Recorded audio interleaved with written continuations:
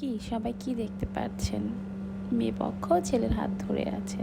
তারা কোনোভাবেই ছেলের হাত ধুইতে দিবে না, বারবার সাবান মাখিয়ে দিচ্ছে।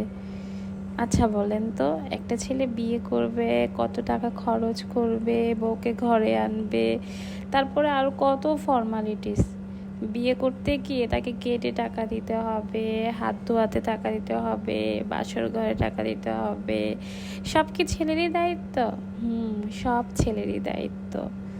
বিয়ে করবা, অন্যজনের মেয়েকে নিয়ে সারা জীবনের জন্য চলে যাবা, এইটুকু ভেড়া তো তোমাকে পোহাতেই হবে।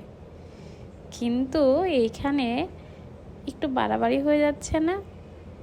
আমি ছেলে পক্ষ, কিন্তু না, এটা ঠিক আছে। আমি যদি মেয়ে পক্ষ হতাম, আমিও এটা করতাম। এই দিনই তো দুলাভাইকে চালানো যায়, ইচ্ছা মতো যা খুশি তা করা যায়। বলেন তো, কত টাকা দেওয়ার পর মেয়ে পক্ষ খুশি হয়ে হাত ধুয়ে দিয়েছে?